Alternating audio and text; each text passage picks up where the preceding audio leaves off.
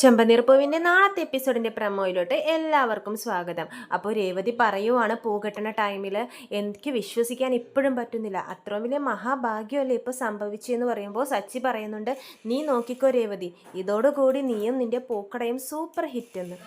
അപ്പോൾ സുധി അവിടെ സൈഡിൽ നിന്നും പറയുവാണ്, നടക്കും നടക്കും, എത്ര മനോഹരമായ നടക്കാത്ത സ്വപ്നം എന്ന് പറഞ്ഞ് സുധി കളിയാക്കുവാണ്. അപ്പോൾ രേവതിയുടെയൊക്കെ മുഖം നല്ലോണം മാറിപ്പോകുന്നുണ്ട് കേട്ടോ സുധി ഇങ്ങനെ പറയുമ്പോഴേക്കും. അപ്പോൾ രവീന്ദ്രൻ പറയുന്നുണ്ട് സുധീനോട്, നടക്കുംടാ, ഇത്രയൊക്കെ നടന്നില്ലേ, അപ്പോൾ പിന്നെ ഇനിയും നടക്കും, ഇവൻ്റെ സ്വപ്നങ്ങളെല്ലാം നടക്കും, രേവതി സൂപ്പർ ഹിറ്റാകും എന്ന് രവീന്ദ്രൻ പറയുവാണ്. ഇത് കേട്ട് ചന്ദ്രക്ക് നല്ല ദേഷ്യം വരുന്നുണ്ട്. അവിടെ നിന്ന് ഓ എന്ന് പറയുവാണ് ചന്ദ്ര.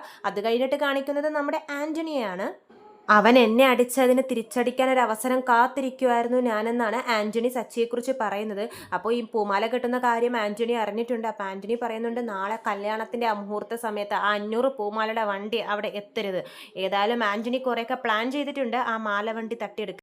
ആൻ്റണിയുടെ പ്ലാനിങ് ആ ലോറി അങ്ങോട്ട് തട്ടിയെടുത്ത് കൊണ്ടുപോകാനാണ്. അപ്പോൾ പിന്നെ പാർട്ടിക്കാരൻ സച്ചിയെ നേരിടുമല്ലോ, സച്ചിയുടെ കാര്യം പിന്നെ ആ നേതാവ് നോക്കിക്കോളും, അതാണ് ആൻ്റണിയുടെ മനസ്സിൽ. അപ്പോൾ എന്തൊക്കെയായാലും നാളത്തെ എപ്പിസോഡിൻ്റെ വിശേഷം ഞാൻ ചാനലിലൂടെ അപ്ലോഡ് ചെയ്യാം. സബ്സ്ക്രൈബ് ചെയ്യാത്തവരുണ്ടെങ്കിൽ സബ്സ്ക്രൈബ് ചെയ്യണേ. എല്ലാവർക്കും നന്ദി.